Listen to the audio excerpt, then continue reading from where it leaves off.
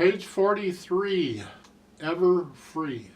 They're talking more about 16th notes in 6/8 time. Well, 6/8 time is similar to 3/8 time. You're counting eighth notes, except now you got to count to 6 instead of 3. But the 16th notes are going to work the same. They're and. 1 and, 2 and, 3 and, 4 and, 5 and, 6 and. It's just on the and. They put in the counting of the first full measure there for you. It's a 1 and 2 and 3 and 4 and 5 and 6 and. So you get it? 1, 2, 3, 4 and 5, 6. Like so, it's and, 1 and 2 type thing. Starting in the right hand, watch the staccatos. Just a little finger staccato. Okay, and then legato. It's important. The staccato and the legato contrast each other, and we like contrast in music. We like things to be different. Okay, then at the end of the first line, you got those staccatos come by.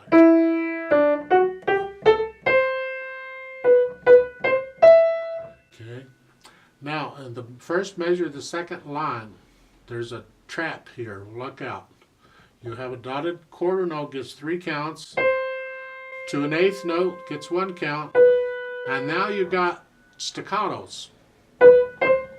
Okay. The tendency when this type of thing happens is you want to play the first eighth note staccato also.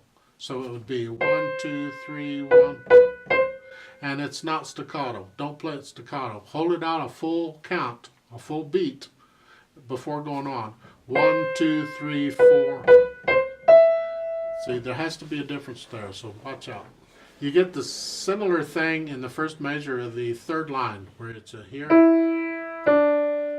That D, hold it out for a full beat. Don't play it staccato just because the notes after it are staccato. So it's 1, 2, 3. In the third line, you see the fine in the middle of there, okay? Because eventually we're going to end there. But when going on, those B's after that notes, I recommend a 3, 4, 5 fingering on those. Same fingering in the last line, there at the end of the first measure.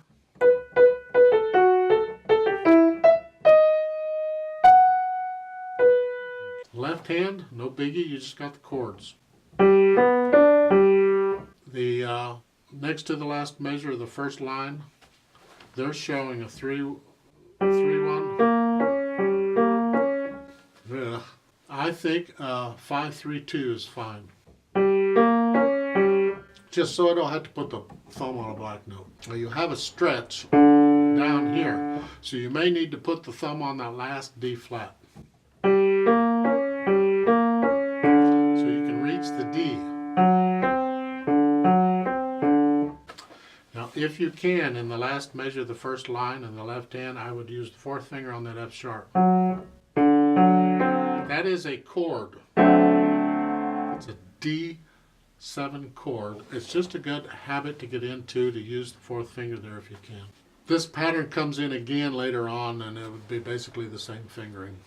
In the third line down, in the last measure of the left hand, they're here. I think you can do the first, it's 5, 3, 2, and then 5, 2, 1. And then in the last line, it's a 5, 3, 2 again. All I'm doing is avoiding putting the thumb on the F sharp. Same thing in the last line going on in the second measure. It's a 5, 3, 2.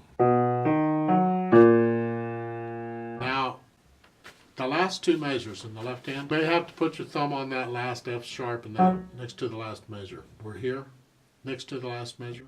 2, and then a 5, and then a 2, 1. And then back to the 3, 2. So you're putting the thumb on 1. You have to. If you want to put the thumb on all of them, that's fine. It's up to you, but I don't recommend it. As far as the pedaling goes, tricky here. This is a light piece. Okay? It's a very fast piece. Presto is fast. Presto is almost to the point where you're playing it as fast as you can, although this piece is, you don't go as fast as you can, but it is very quickly. And listen to recordings of this. It's from an opera. They talk about it up above, but it's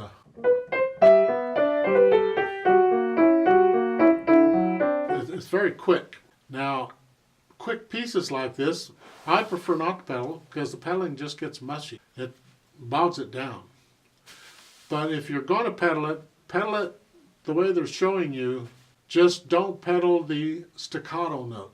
Otherwise, just do the pedaling the way they're going to do it. 6/8 time, but it has 2 pickup beats, 2 eighth notes. We're counting eighth notes. So I'm going to give us 4 counts, and then we're going to come in and we're going to play this together slowly. You can speed it up on your own.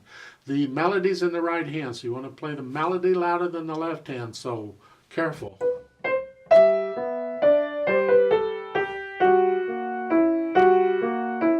Here we go. 1, 2, 3, go.